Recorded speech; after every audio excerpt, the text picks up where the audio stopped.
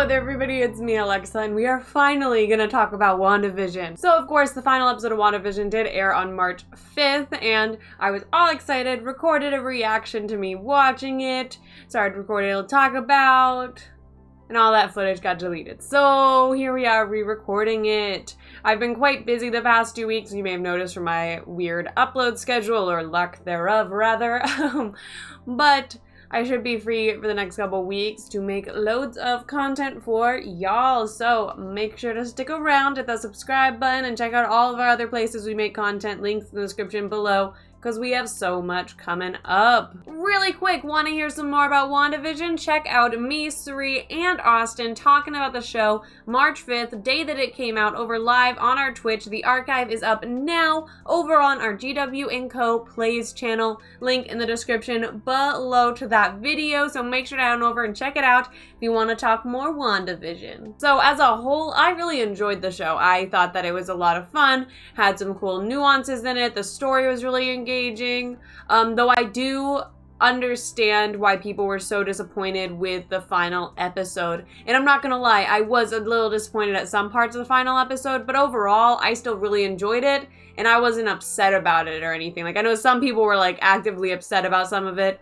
Only one thing in the final episode actually annoyed me. The rest of it I thought was pretty good. So that's a brief overview of my thoughts. I'm now going to go into spoilers and just talk about the whole series, specific points that I liked, didn't like, etc. So if you have not seen the show, click away now, because I will be spoiling it a whole bunch. So I'm going to talk about one big positive that I liked about it. I really enjoyed that there wasn't like some huge big bad guy for the show. Of course, we had Agatha, and then there's White Vision for a moment, but there wasn't any huge big bad guy in it. And I liked that because that's not what this story was about. This story was about grief.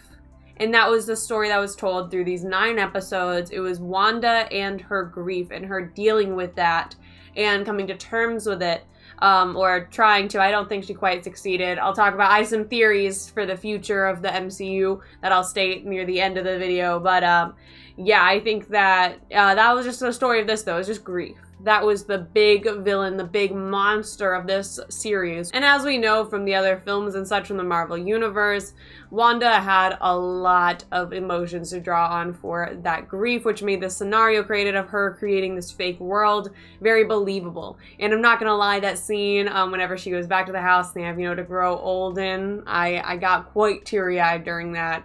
Very, very sweet. And then of course the most, I think, iconic line from the show, which was, "What is grief if not love persevering?" And I think that was just such a beautiful sentiment to be able to say, and such a gorgeous message to have as well. It was emotional as hell. I was crying during it, but it was such an important thing to say, and I was really happy that they chose to focus on that for the overall story of this WandaVision TV series. And honestly, it all made sense. Like, Wanda was kind of a villain in this. I think we can all agree on that. She did accidentally torture all these people and make them in world of pain. But as, Teyonah Parris' character Monica Rambeau says, I get it, kind of. Like, I've never, thankfully, lost anyone who's close to me as Monica's character and Wanda's characters had, but I couldn't imagine if, I lost my closest loved ones, to be able to do something to bring them back, it'd be hard not to if you had the power that was able to.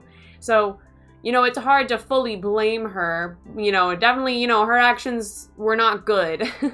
They definitely needed to be reprimanded, and she needed to be stopped, I agree. But I understand what happened, and I understand why she would do it. Alright, so enough of that overall stuff. I'm not going to start going to a bit more specifics. I'm going to start with the cast. I think that everyone in the cast did a spectacular job. Randall Park as Jimmy was hilarious. Kat Denning did a great job. It was interesting to see Darcy's character come back. Of course, we saw her in Thor, and I enjoyed her in Thor, but she was maybe not, she felt maybe a little out of place, but she fit perfectly into their little trio of the behind the scenes, trying to get to Wanda with her, Monica, and Jimmy Woo. All their characters, I think, worked together really well, and their personalities were really enjoyable to watch. Elizabeth Olsen and Paul Bettany, of course, did an amazing job at their roles of Scarlet Witch and Vision, coming back for it. I do love that Paul Bettany's comment and that there's a big cameo in the final, someone he always wanted to work with was himself. That's just iconic. I love it. Some people are mad about it, but I just think it's funny. And Catherine Hahn, we gotta mention her real quick because she killed it as Agatha, absolutely amazing, and every single character, all the minor ones as well, great. But there's, of course, the one casting choice that a lot of people had questions about, and that was Evan Peters as Quicksilver, or Ralph Bohner. So this was the only thing in the final episode that annoyed me.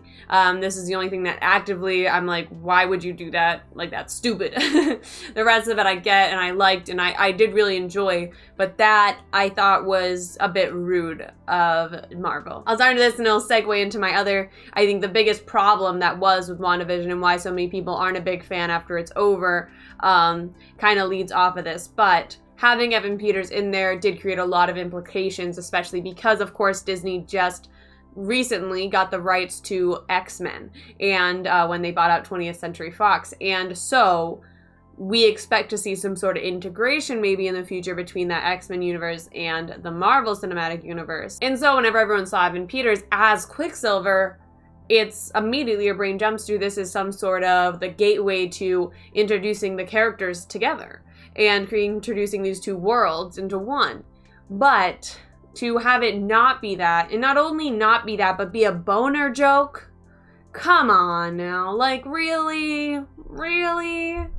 Of all the humor, that's what you had to go with when you disappoint your whole audience by saying, haha, you thought, and it's a boner joke? Like, come on now. Honestly, if his name wasn't a boner joke, I think I'd be slightly less mad about it, but the fact that they used it for such a low bar humor joke in there, it really just did not work. They claim that they didn't utilize him to try and prank the audience, but I don't know how else I can view it, because he's Quicksilver in the X-Men universe, and if he is not going to be that Quicksilver, why have him play Quicksilver in this universe only to have him be some guy named Ralph?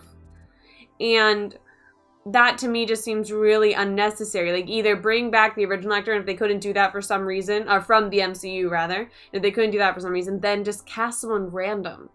The casting him immediately implied to the audience that this was Quicksilver from the X-Men universe. There was going to be something to combine it. We weren't sure what, and that made people have these huge expectations for the final episode. And I think his casting, as well as marketing done for the film and some of the statements made about it, really overhyped the show in the broad audience, and that led to so much disappointment once that final episode came out, and it was a little mundane to what we're used to. I mean, so some cool stuff happened. There's some fun fights, etc. But, and like, Agatha was really cool, that fight between them. I really enjoyed it all, but it wasn't spectacular.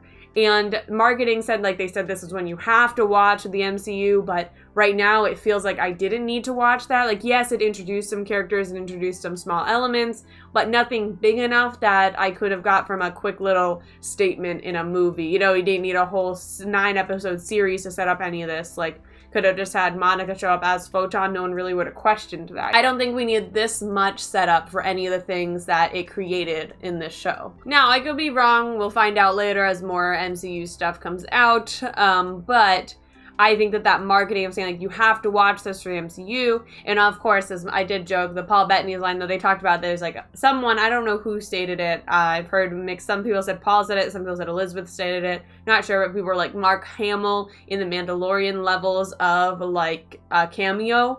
And so that got people way overhyped because they were like, is it going to be Magneto? Like, people were having these crazy theories about it.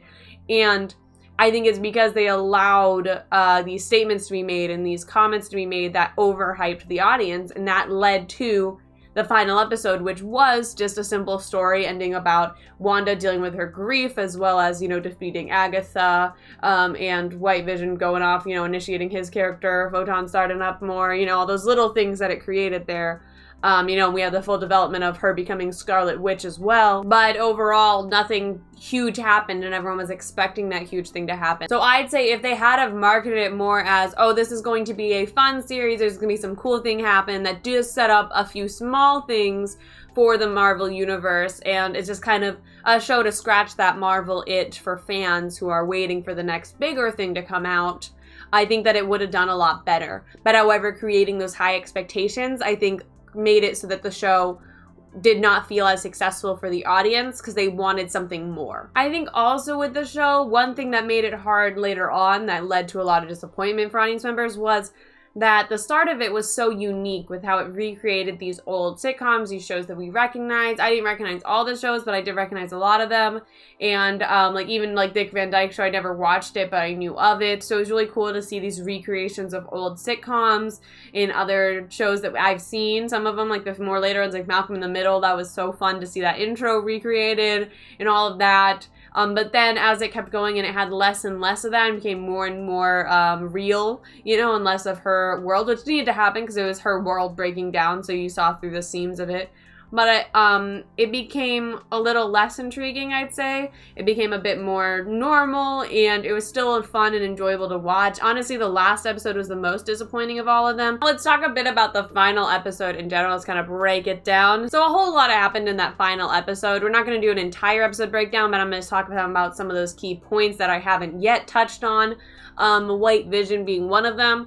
I think that his character and that introduction of him was really cool, and their kind of like philosophical discussion while Wanda and Agatha threw balls of light at each other was pretty, it had like a nice juxtaposition to it and was really interesting to watch because that's how they would have fought. Like those two, they're very highly intelligent beings and they would have had a discussion. Like it all made sense. It would make more sense for them to have that discussion than just be continually fighting each other. So I appreciate that they did that and they stayed true to those characters.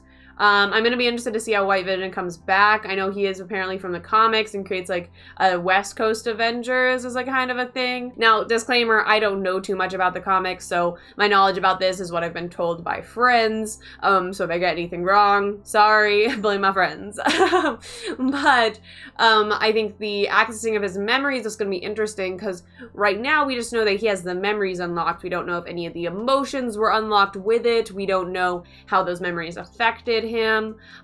So it'll be interesting to see how he reappears and what kind of character he is. That final episode I've now watched 2.5 times and I did really enjoy it still. Every time I rewatch it, I always see these nice little moments. But I do agree it could have been better. It's not going to be one of my favorites. But I think it was a fun little TV show that was enjoyable to watch. You know, it's not something I regret watching, but it's not something I necessarily am going to ever rewatch the whole thing again unless I'm doing some huge Marvel binge sometime in the future. And I did enjoy the fight scenes between them all because, of course, you know, before they started having their discussion, there were some cool moments of like them like phasing through each other and like becoming solid, and that created a cool fight dynamic between them. And of course, Agatha and Wanda fighting each other and Wanda's smart use of the runes. I know some people have questioned how did she magically know how to do the runes? But to be honest, she's a very smart woman and she was locked in the Agatha's basement for a little while. So if she has looked around and memorized the shape of the different runes on the wall, I don't think that that's really that unbelievable of her to be able to do that. So I can see why someone would have an issue with it, but I think that it's not that unbelievable that she would be able to memorize those carvings that she saw on the wall of Agatha's basement. I also want to quickly make a statement because I've seen some confusion of people think that Wanda's vision gave White Vision the memories. But really, all he did was unlock them because the military had them locked away in like a secret compartment in his brain because it's hard to delete it due to the materials made out of all the fancy sciencey stuff. And so all that Wanda's vision did was just unlock those memories and allow White Vision to have access to them because before there'd been a wall put up. He did not give any memories because Wanda's vision doesn't have any memories before Westview, so there's no way he could have given them. I just wanted to state that quickly because I've seen some people say it wrong on the internet, so very clearly, I've rewatched it, and that's what happened is he just unlocks the memories. He does not give any memories. So continuing on with the fight sequences, overall it was really enjoyable. There was one sequence where I saw that it was very similar to a sequence in Man of Steel. And so that was intriguing to see. It was cut up a little bit, the videos that they had, but it was very similar. It was a little too similar, you know what I mean? But, you know, we digress. It's not the worst thing. But what I thought was also interesting, though, is in the post-credit scene, they kind of, Marvel copied themselves with her out in the cabin. It's very similar to the scene that we got in The Incredible Hulk, the way back one with Ed Norton there. So I thought that was intriguing. Now they've gotten to the point that they're kind of copying themselves. Then also slightly copied Doctor Strange. We already saw a thing where, like, one person's peaceful and the other one's, like, reading through books and stuff floating. That's very similar to what we saw with Dr. Benedict Cumberbatch as Doctor Strange in the previous films that Wanda did here at the cabin. Speaking of that final moment in the cabin, we're going to get to my theory about what this is setting up and why I think it was important that this was its own thing. I still agree that maybe it could have been cut down a bit. Don't think it necessarily needed to be so many hours worth of content to create this setup, but I mean, even if it doesn't have this happen, I'm not too upset about it because, again, I still enjoyed the show. But this is a theory that I have of maybe what's going to happen. So, of course, in that final moment of the final post-credit scene, she hears her sons saying help. And now, obviously, she destroyed her sons that she created in this world. But I'm thinking that she's hearing her sons cry for help in a different universe. And maybe in Multiverse of Madness, Scarlet Witch is going to be the villain, like the main villain of that, because she has maybe tried to go to the other universe to help her sons, and in doing so opened up some sort of vortex or something to create madness in the multiverse. And that's just a theory. There's really nothing much that I have to, you know, say that that's what they're going to do past that little moment of the kid screaming help, and obviously she's going to do something about that. But that's just a theory that I have. I think it would make a lot of sense. Scarlet Witch, of course, is kind of like a villain. You know, she's like a villain good guy. One of those where we forgive her for the terrible things she does because we like her character, but really she does a lot of really terrible things. Because she's a villain in the show. Like, she is not a good guy in this series. She has kidnapped an entire town of people and is holding them against their will and forcing them to have these torturous thoughts and emotions. Like, she is not a good guy. And she doesn't mean to do that, but it doesn't matter. She's still doing it. And I think that people are really often really quick to forgive these fictional characters for what they did because they like the characters. We can see why they're doing it and stuff, but, like, she's the villain. I mean, it's as simple as that. You can agree. I get why she did it too, but it doesn't change the fact that she did it and is therefore a villain in this series. So I'm thinking that as she unlocks more and more of her power, I think that she's not going to have the intentions of being villainous, but she's going to do it, and then in order to stop it, it will mean her losing her sons again, I think. And that's going to lead to her being the big antagonist against maybe Doctor Strange and the other people who are trying to stop it and, like, fix this multiverse of madness that they got going on. And I think that that'll lead to her being the protective mom and being a villain again and attacking the good guys. And, you know, it's all blurry lines for good and bad, but you know what I mean. So I think that maybe that's what's going to happen. Again, I don't know. Could be wrong. But that's my theory based on that one quick little end screen and the title of Multiverse of Madness. And so I think that WandaVision was a cool new idea for Marvel, but I don't think that they quite nailed it. And that's disappointing, but that's also okay. You know, we have a whole bunch of other shows coming out. We're going to see how they go. The Falcon and the Winter Soldier, of course, just started. I'm going to wait to binge them after the whole series has come out, and then I'll do a video talking about just my thoughts on all of it. But yeah, I'm pretty excited to take a look. I'm going in with slightly lower expectations after WandaVision, but I am intrigued to take a look. And also, Loki's coming out June 22nd, so that's not too far away at all. They just released that date recently, and that new poster that they put out, which was okay. Wasn't the biggest fan of that poster, but I'm very excited for that show. That's probably one of the shows that I'm most excited for, so I look forward to that in June. So the show started off really special with those sitcom remakes, and it was this new cool idea, and as it went on, it became less special as it kind of broke into the real world more, as you say it, but it was still really fascinating and cool. But I think honestly overall it just should have been shrunk down a bit. Like maybe cut out an episode or two and just like speed it up a little. And that would have made it more engaging, as well as marketing it a bit differently to not have as big of hype for that final episode that wasn't that hype.